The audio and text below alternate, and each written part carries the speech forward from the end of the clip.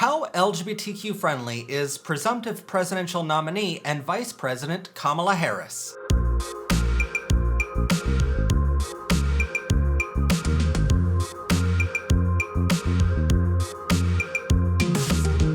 Since President Joe Biden stepped down earlier this week from running for a second term, he endorsed Vice President Kamala Harris, who is now expected to win the nomination for Democratic nominee for President of the United States. So today we wanted to take a look at Kamala's full record on LGBTQ rights, and we'll be looking at Donald Trump's full record in the very next video, so stay tuned and stay subscribed. Kamala was born in 1964, making her just 59 years old. She is the daughter of two immigrants, one a research scientist and the other an economist. She and her parents were very active in the civil rights movement from an early age. She went to Howard University and University of Hastings College of Law, where she earned a law degree. She married her husband, Douglas, who is also a lawyer, in 2014, and they have two children together. You might have already seen attack ads and memes on social media saying that Kamala Harris got on her knees to get her position, and straight white dudes all over the place have been calling her a slut. But just keep in mind, she has never cheated on her husband, and they've been together since 2014. Meanwhile, Donald Trump has had 3 wives, cheated on all of them, including with a porn star. Then when he tried to cover it up, he was convicted by a grand jury of 34 felonies to silence that story, bragged about how he can grab any girl by the pussy, and I feel we forget this way too often, but he was best friends with the convicted sex offender Jeffrey Epstein, and even said, quote, "I've known Jeff for 15 years, terrific guy. He's a lot of fun to be with. It is even said that he likes beautiful women as much as I do, and many of them are on the younger side." So of course the internet and these far-right Republicans who are always hunting down anyone that goes against their morals would go after Kamala Harris, the woman who's been faithful to her husband for the past 10 years. Of course they would. So we can all agree this is a double standard, so why are they going after her? Well, the fact is, she's a woman, and that's good enough for them because they're threatened by it. Anyway, in 1990, she began working in the district attorney's office in Alameda County, California, where she specialized in prosecuting child sexual assault cases. 13 years later, she was elected district attorney for San Francisco City. This is where Kamala started helping LGBTQ people vocally. In 2004, she worked with then San Francisco Mayor Gavin Newsom to declare same-sex marriage legal in the city, and Harris conducted marriages for same-sex couples.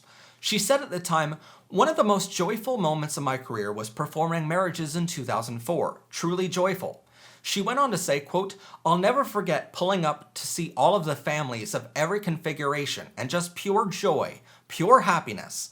It was such a special moment, and it was all about love." While she was district attorney, she set up a hate crimes unit in the DA's office to help the LGBTQ community, and an environmental justice unit to help the environment. In 2010, she ran for California Attorney General, and her #1 goal in running for office was to get rid of Proposition 8, which was the voter-approved ballot measure in California to get rid of marriage equality in the state. After Kamala won California Attorney General, she set up tons of legal challenges to Prop 8, and soon it was struck down in court, making marriage equality the law of California for all LGBTQ partners in the state. After it was finally struck down, Kamala performed the first same-sex marriage in California post-Prop 8.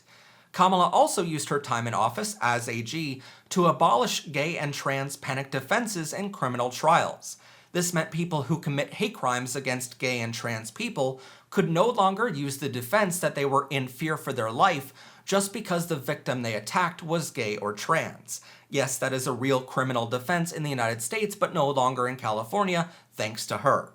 Kamala also worked to defend the gender identity and gender-affirming care of California residents while in office. In 2016, Kamala Harris ran for U.S. Senate, where she introduced a bill to require insurance companies to cover a HIV prevention method, and spoke out many times in support of making marriage equality a law, not just a Supreme Court decision. For this, she received a 100% perfect score from the Human Rights Campaign Congressional Scoreboard. When she was elected as vice president in 2020, Kamala spoke out many times as vice president against every anti-LGBTQ bill and law put in place across the country. When speaking about a don't say gay law affecting education and a ban on gender-affirming care for transgender youth, Kamala said, quote, "I hate bullies." As vice president, she hosted Pride Month receptions at the White House, visited Stonewall Inn, and met with WNBA star Brittany Griner and her wife Sherelle Griner. In December 2022, she was honored by President Joe Biden for her work bringing marriage equality to law, and was a key reason the Respect for Marriage Act was signed into law in 2022, protecting it from Supreme Court action in the future. Kamala has remained an outspoken ally of the LGBTQ community, saying at a 2023 Pride reception that, quote, "The fight for equal rights is patriotic. We believe in the foundational principles of our country. We believe in the promise of freedom and equality and justice.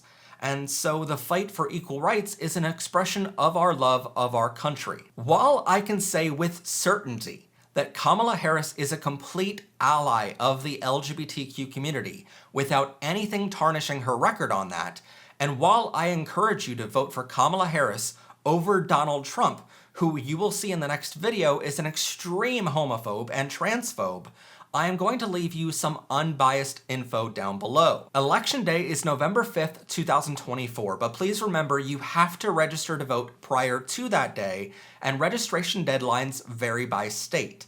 There is a link in the description of this video to a completely unbiased source to help you learn more about what date you have to register to vote by this year, according to your state, to check your registration to ensure it's accurate and up to date, and learn what will be on your ballot up and down the ticket, because even the local races matter. But just in case you're under 18 years old and you cannot vote in this year's election, you can still do a lot by making your voice heard.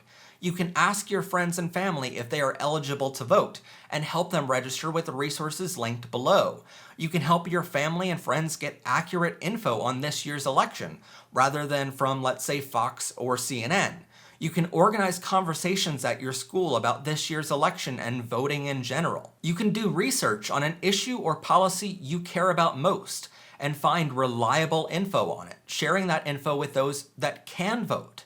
You can start a social media group and share reliable info about a policy or issue you care about most, or join a group on social media that already exists. You can volunteer for a local, state, or even national campaign for a candidate like Kamala Harris, let's say, no matter your age. You can discuss with others why you feel a certain candidate is best and why it matters to you. Many states allow 16 and 17-year-olds to work the polls on election day, but no matter your age, you can work with local organizations helping to register people to vote.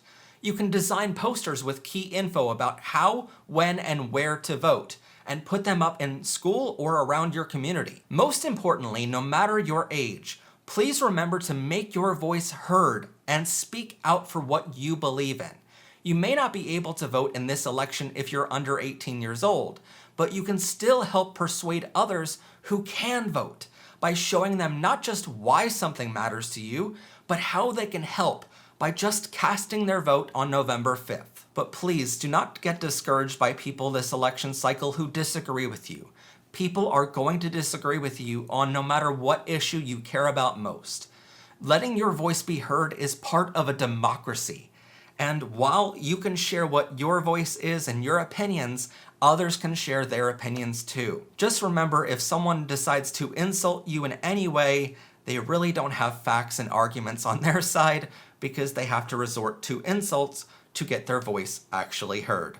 So remember all of that this election cycle, and please, please vote if you can and make your voice heard no matter what your age is. If you'd like to support our show, check out ProfessorPride.com for hundreds of ways to show off your pride, including LGBTQ books, magnets, pins, umbrellas, digital downloads, and more.